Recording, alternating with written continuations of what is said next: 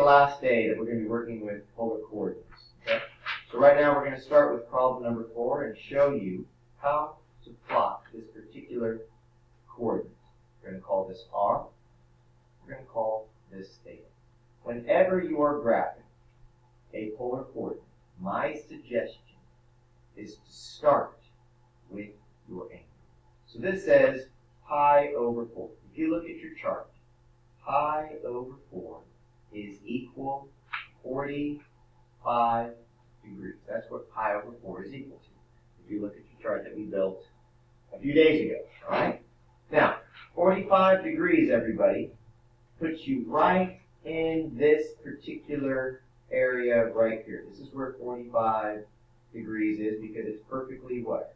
Between a 90 and 0 degrees.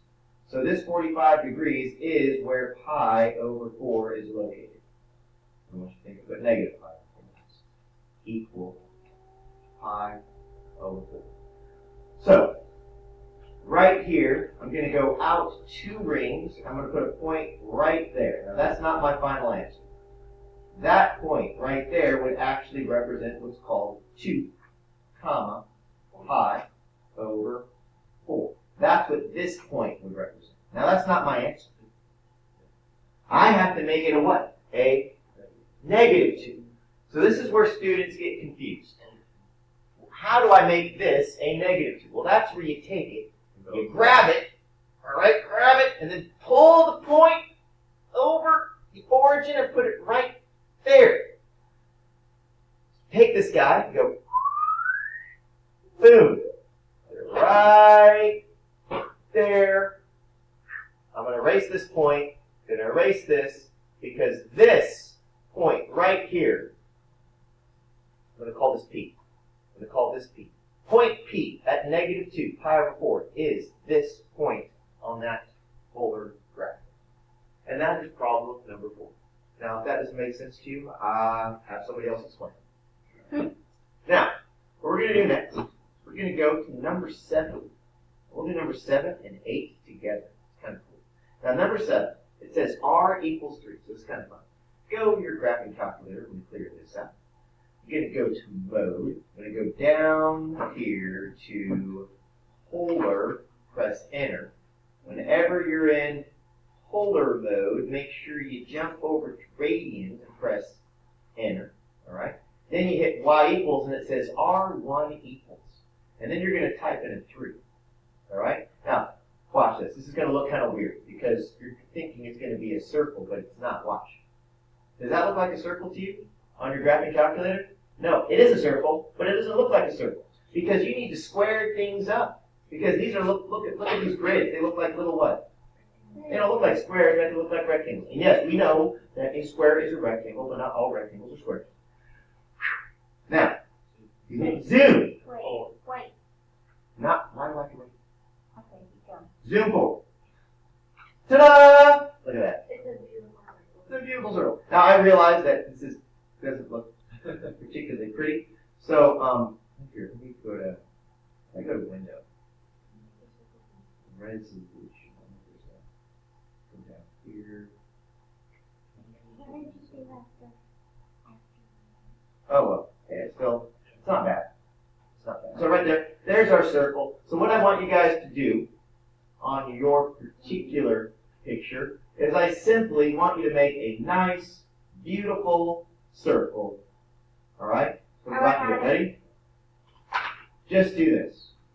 This is where R is 1. This is where R is 2. This is where R is 3. So if you can do that, that'd be great. All right? Just get your cool little graphing tool called your pen. All right? And use your pencil. Make a just trace it to the best of your abilities. Or if you want to, you could use a compass. But I don't have any accessible, so do your best. I know. Now, number 8 is super, super easy. You see right here it says theta. What does theta represent? Theta represents an degree. Yeah, an angle. Yeah, degree. All right. Now, see where it says 60 right here?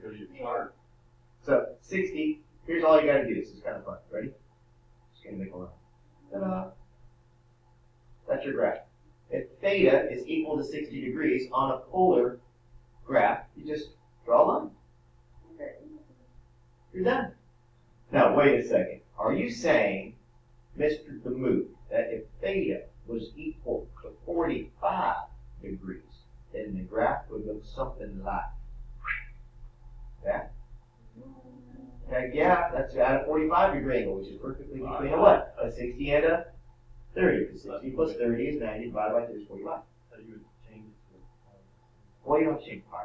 Okay, how about this? If I said theta equals pi over 3, it'd still be the same answer. Okay? So if theta equals pi over 3, you would do the exact same graph. No, just do a line. This is pi over 3, which is also equal to 60 degrees. You're done. So if R is actually like Oh yeah, r is that. R is kind of like, think of it as the radius. No, you can just draw it. Okay.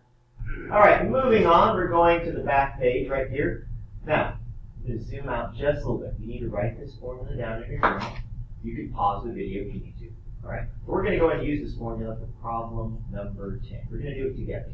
Now, what I'm going to do to find the distance between 2 points on the polar grid. So I'm going to show you kind of what this means real quick. Let me draw it out. So let's say you have a circle, just like this. All right? And we'll make two different circles right now. Ready? So let's say this circle had a radius of 2, and this circle had a radius of 6. So this one I'm going to say, this one your R value equal 2, and this one your R value equaled a 6. So right here, R1 is 6, R2 is 2. We're going to call this theta 1, we're going to call this theta 2. So right now, what I'm going to do is I'm going to build the representation of this problem.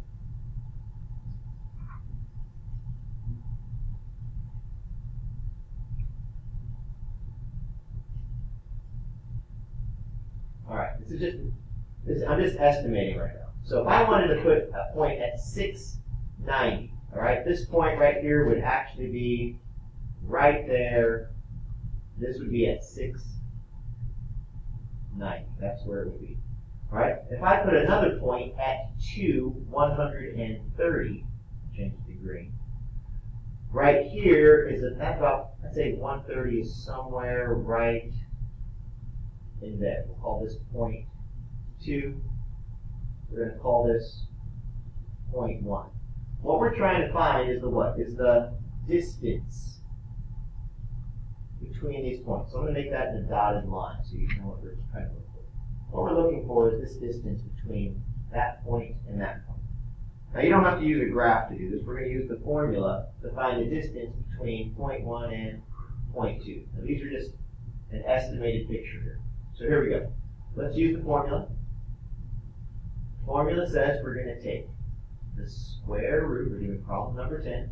We're going to take R1 squared. So we're going to take the 6, which is R1 squared, plus R2 squared. So we're going to take 2, and we're going to square it. And we're going to say minus 2 times 6, which is your R1, times 2, which is your R2, times the cosine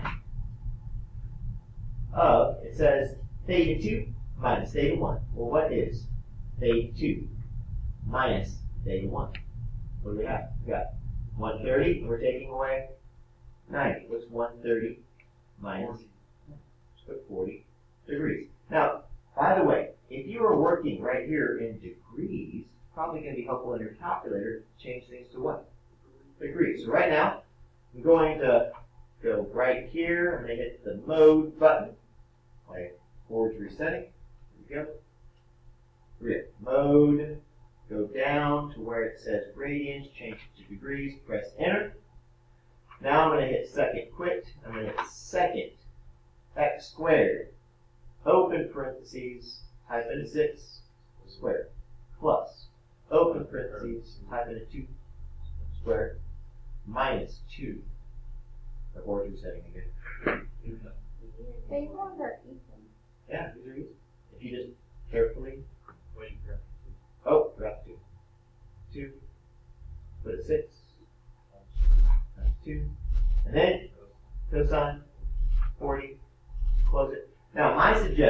did I do before I typed in the graphing calculator? Before I did that, I wrote it down on my paper to make sure I plugged things in correctly. So always write down your information before you type it in the graphing calculator, and you're more likely to get the correct answer. So we would say this would be 4.65 units. That would be the distance. Now, if you said it was 4.6 units, if I said round to the nearest tenth, that would be fine. Let's see what the instructions say. They don't say anything specific. No, they don't. You can, so it could be 4.6, 4.65, all right? Just you could round it to the nearest hundredth, nearest tenth. Typically, round it to the nearest tenth if nothing is given. Just round it to the nearest. We have one more problem to do, and that is problem number 12.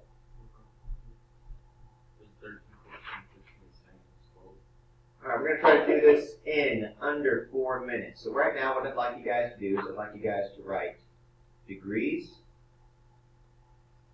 and we're going to write radians. Okay? All right, we're going to find 4 answers for degrees. We're going to find 4 answers for radians. Right now, this is point S. Point S is how many rings out? Just the second ring. So right now, for radians, the easiest answer would be 2, comma, and what's theta? Theta is going to be at pi over 3. All right? Well, that is actually in degrees at 2, comma, 60 degrees. So that would be the first, these are the easiest set of polar coordinates that you would have. Just remember, this is going to be r, comma, theta. This will be r, comma, theta. Now, all we did was start here and go up to there, and that was what? Positive 60 degrees and positive pi over 3. Okay? Going from here to here. Now, understand, you could also start here and go around the opposite direction and still get to point S. Unfortunately, this direction is not positive, it's negative. So how many degrees would I travel from here going all the way around? Yeah, so that's going to be at 2, but that's going to actually be at what? Negative 300 degrees. All right, now that we know that this is 2 negative 300, what is the conversion to radians for 300 degrees? 5 pi over 3. Right, so we're going to write negative 5 pi over 3 because this time we didn't go in a positive direction. We went where? We went in a negative direction. We went clockwise, okay? So just remember, if you go counterclockwise, that's in a positive direction, but if you go counterclockwise, sorry, if you go clockwise, that's in a negative direction. Now, we have 2 of these. We have 2 of these. What we're going to have to do is we got to finish this off. These 2 answers will both be a negative 2 something. These 2 answers right here will also be negative 2 and a theta. So we have to figure out what numbers would go right here for those to be at a negative 2. That's what we're going to do at the very last. All right. What we have to do is if we take this dot, all right, and we moved it across the origin and put that dot right there, right here would be at what? 4 pi over 3. So if I was right here, this point by itself is technically at 2, comma, 4 pi over 3. But if I take it and move it across, that's going to be a what? That's going to be a negative 2, 4 pi over 3. Now, how many degrees is 4 pi over 3? How many degrees? 240. So negative 2, comma, 240 is my other answer right there.